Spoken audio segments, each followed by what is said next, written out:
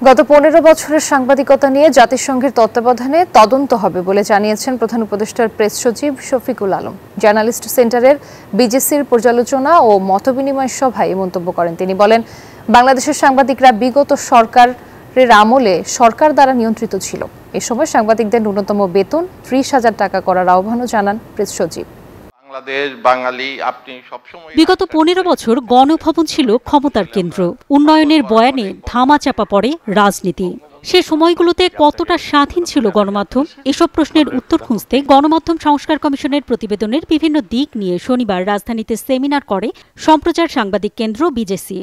অনাস্থা রেখে একাডেমিক আলোচনা দিয়ে সংস্কার প্রক্রিয়া খুব একটা সফল হবে না, এবং এইটা দিয়ে রাষ্ট্রের যে গণতান্ত্রিক প্রক্রিয়ার উত্তরণ সেটাও খুব একটা আলোর মুখ দেখবে না। সংস্কার কমিশনের যে প্রস্তাবনাগুলো দ্রুত বাস্তবায়নযোগ্য সেগুলোকে উনি প্রায়োরিটি দিবেন এবং সরকারকে বাধ্য করবেন। সরকার, রাজনৈতিক দল এরা কখনোই সব সময় সাংবাদিক বা সংবাদ মাধ্যমের পক্ষে থাকবে এটা ভাববার কোনো কারণ নাই। গণমাধ্যম আছে কেন? যদি মানুষ আমাকে বিশ্বাস না করে, আমার কথা না শোনে, কাজেই এটা সবচেয়ে বড় চ্যালেঞ্জ কিন্তু আমার সামনে। প্রধান উপদেষ্টার প্রেস সচিব শফিকুল আলম বলেন, বাংলাদেশের সাংবাদিকরা গত 15 বছর সরকার দ্বারা নিয়ন্ত্রিত ছিল। গত 15 বছরের সাংবাদিকতার তদন্ত হবে বলেও জানান তিনি। বান্ডেল থাকলে প্রতি সেনমানিতে টাকা বাঁচবে। বিকাশ সেনমানি বান্ডেল কিনে জিতুন প্রতি লেনদেনে। এখন আপনি গত 15 বছরের যে জার্নালিজম সেটা নিয়ে কিন্তু আমরা কোনো আলাপই করছি না।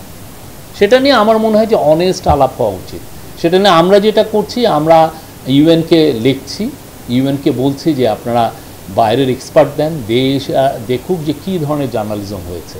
তিনি বলেন, কোনো এজেন্সি যেন গণমাধ্যমকে ভয় দেখাতে না পারে সে বিষয়ে ব্যবস্থা নেওয়া হয়েছে। তিনি আরও বলেন, বর্তমানে গণমাধ্যম স্বাধীন এবং এতে সরকার ন্যূনতম হস্তক্ষেপ করছে না।